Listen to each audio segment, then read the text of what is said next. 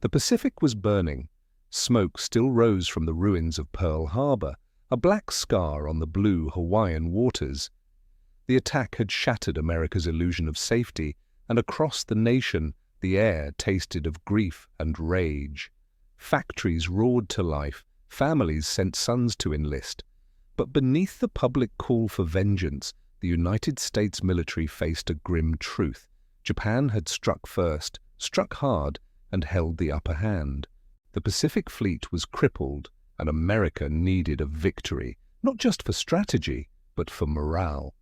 That spark would come not from a battlefield, but from the sky. In Washington, the air in the War Department was thick with cigar smoke and desperation. President Franklin D. Roosevelt demanded an answer. How could the United States strike Japan's mainland when it had no nearby bases? The Navy said it was impossible. The Army called it madness. Yet in the back rooms of strategy meetings, a short, sharp-eyed man in a crisp uniform raised his hand. Lieutenant Colonel James H. Doolittle.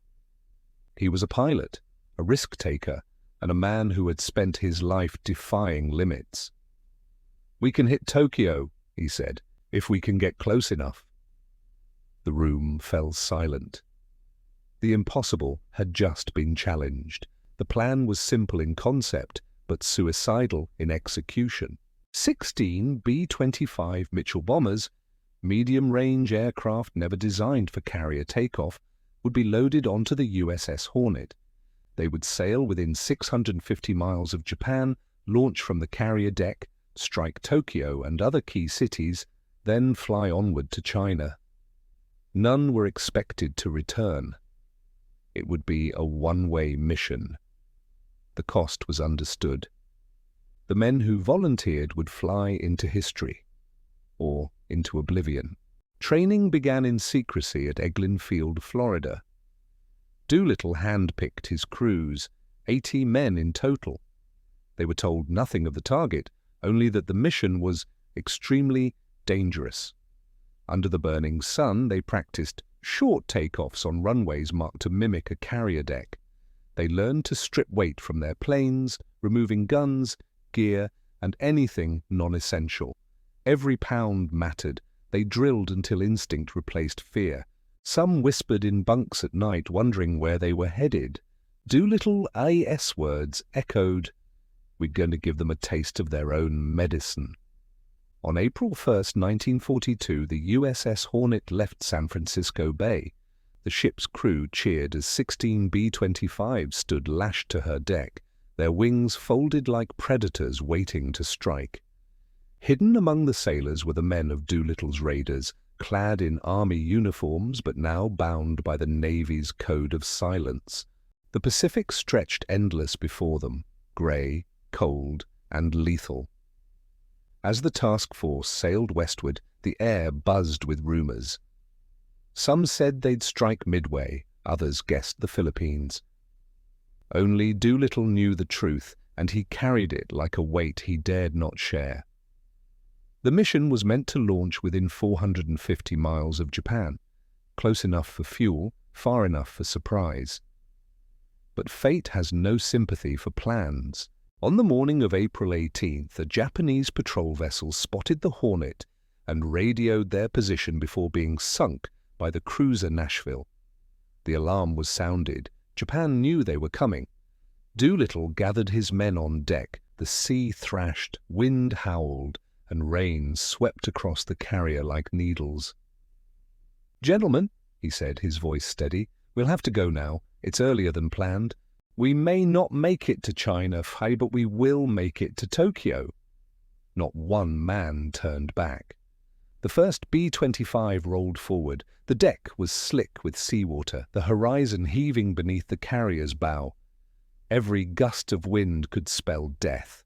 Sailors lined the edges, waving silently as the engines screamed to life. Doolittle himself was first. His aircraft surged down the short runway, 467 feet of faith, lifting into the stormy sky. One by one, 15 more followed, their shadows slicing through the mist. Below them, the Hornet disappeared into the Pacific. leaving only a memory of courage and the scent of fuel. For hours they flew low over open ocean, hugging the waves to avoid detection. The engines droned, steady but strained, as the men checked instruments and maps lit only by red light. Some prayed. Others thought of home, of wives, of children too young to understand war. Then, through the haze, the coast of Japan appeared. It was quiet, unexpected. Tokyo, sprawling and alive, unaware of the storm about to descend from the sky. At noon, air raid sirens wailed across the city. Civilians froze, looking up as silver shapes broke through the clouds. The bomb bays opened, explosions rippled across factories, oil depots, and military yards. Smoke billowed over Tokyo Bay, fires consumed wooden rooftops, panic spread through the streets. Japanese anti-aircraft guns roared, tracer fire streaking upward, but the bombers were already gone, streaking west toward China. Doolittle's men had done the impossible. America had struck the heart of the empire. The message was clear: Japan was not untouchable.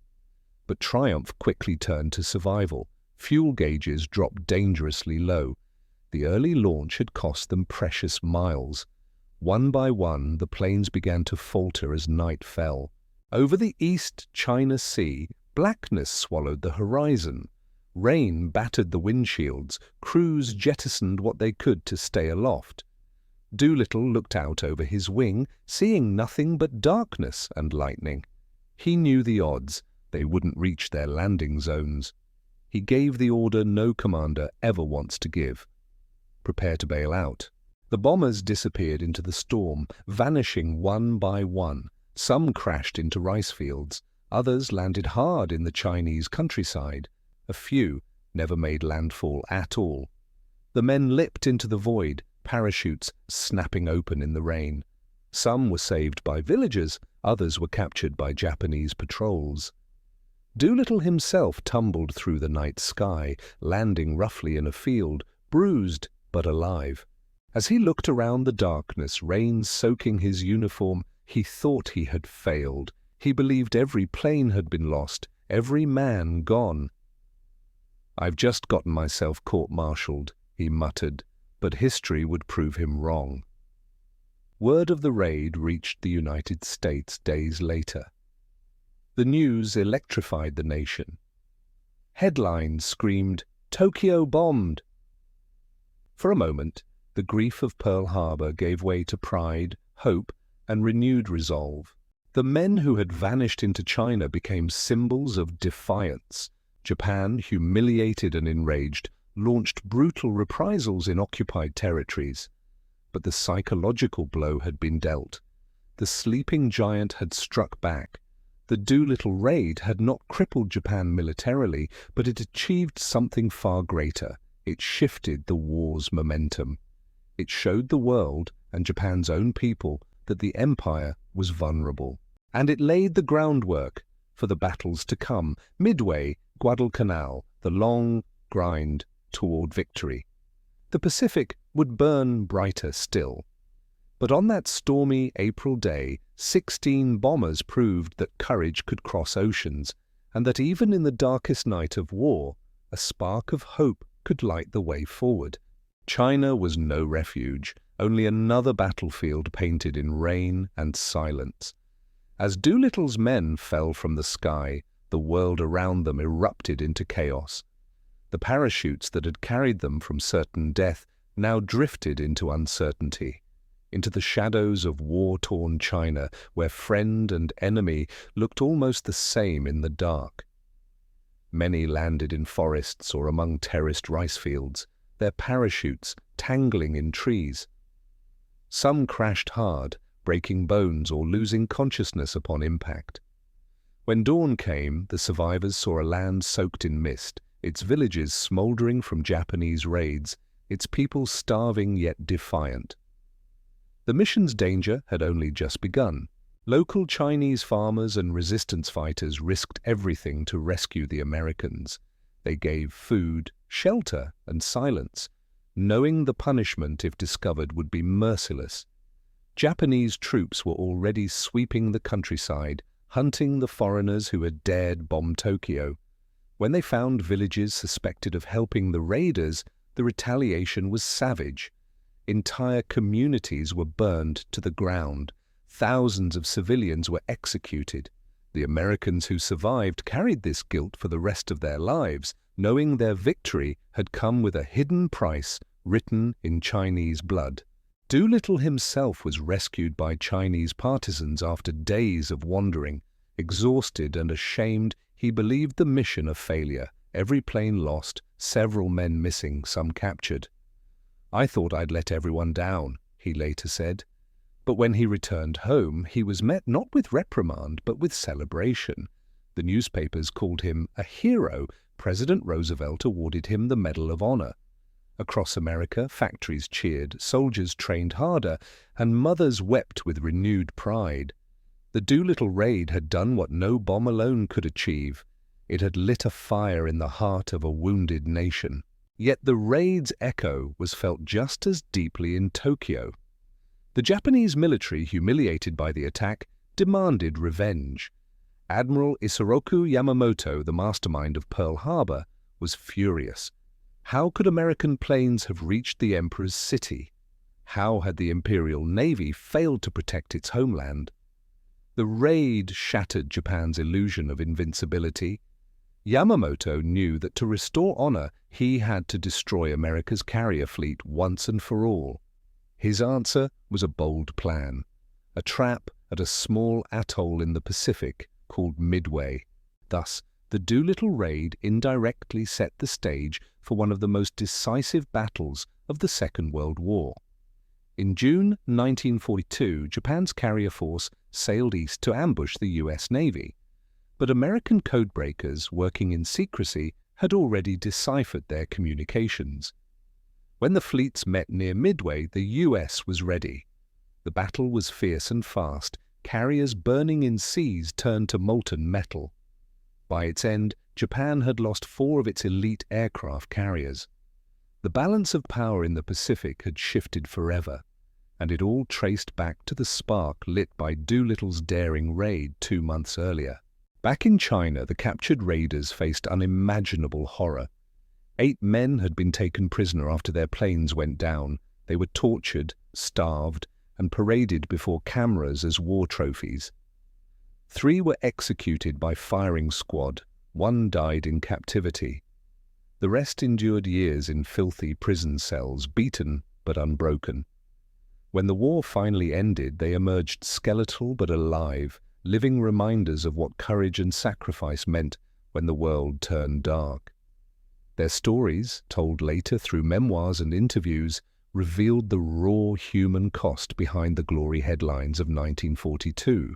For the Chinese civilians who had aided them, the cost was even greater. Entire provinces suffered under Japan's wrath, villages wiped out, tens of thousands massacred in Zhejiang and Jiangxi provinces. These atrocities remained little known for decades, overshadowed by the glory of the raid itself. But history remembers both sides of victory, the light and the shadow. Without those who helped in silence, few of the raiders would have ever returned home. As 1942 bled into 1943, the tide of war began to turn.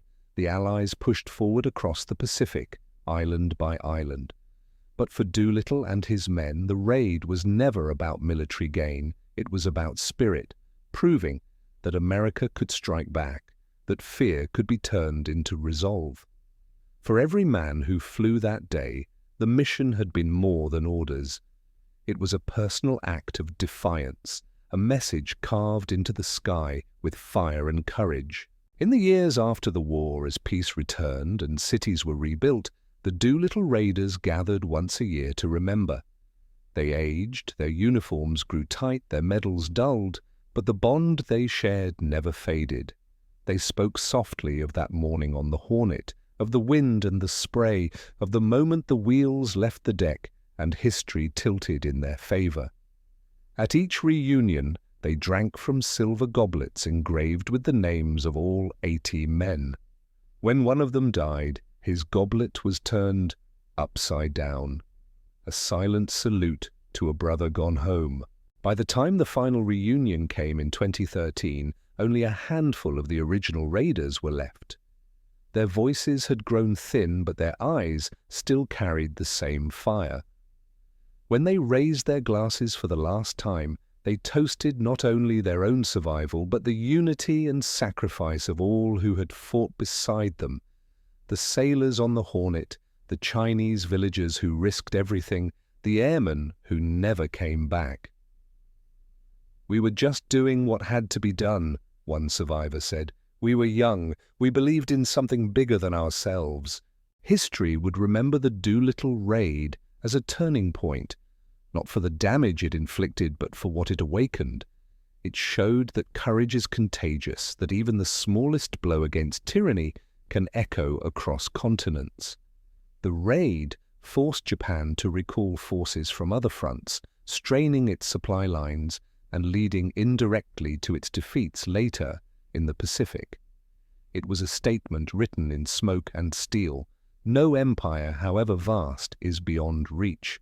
In classrooms and documentaries, the Doolittle Raid is often summarized in dates and figures, but beneath those facts lies something more profound: the heartbeat of ordinary men facing impossible odds, the fear they swallowed as they launched into the unknown, the hope they carried in every bomb that fell on Tokyo, the prayers whispered as parachutes opened in the dark. Their courage didn't come from certainty, but from resolve. They flew, not because they knew they would win, but because they refused to surrender. If you stand on the deck of a modern aircraft carrier today and feel the ocean wind against your face, you can still imagine that morning in April 1942. The roar of the engines, the pounding of the waves, the tension so thick you could taste it. 16 planes rising from the sea into legend, the first blow in a long, bloody road to victory. When the war finally ended in 1945, Doolittle returned home a general, a national hero, but he never glorified his role. He often said the real heroes were the men who didn't make it back, the ones who vanished into the clouds or perished on foreign soil. "They carried the torch," he said, "and we just kept it burning." That humility became the hallmark of his legacy. The Doolittle Raid was not a tale of conquest, but of conviction, a reminder that even in humanity's darkest hour, bravery still rises. Today, in museums and memorials across America, the story of the Doolittle Raiders is told through faded photographs and the hum of preserved engines. Visitors pause before black and white footage of bombers lifting off into grey skies. Some feel pride, others feel sorrow, but all understand what it means, that freedom is never free, and courage often flies into the unknown. The Pacific War raged on long after those 16 bombers vanished into the mist, but the spirit of the Doolittle Raiders never faded. Their flight became a symbol etched into the collective memory of a generation that refused to break. And though the years have buried their footprints beneath history's tide, their story still speaks of sacrifice, unity, and the unyielding will to rise against the impossible. So when we remember the Doolittle Raid, we remember not just bombs and battles, but humanity itself.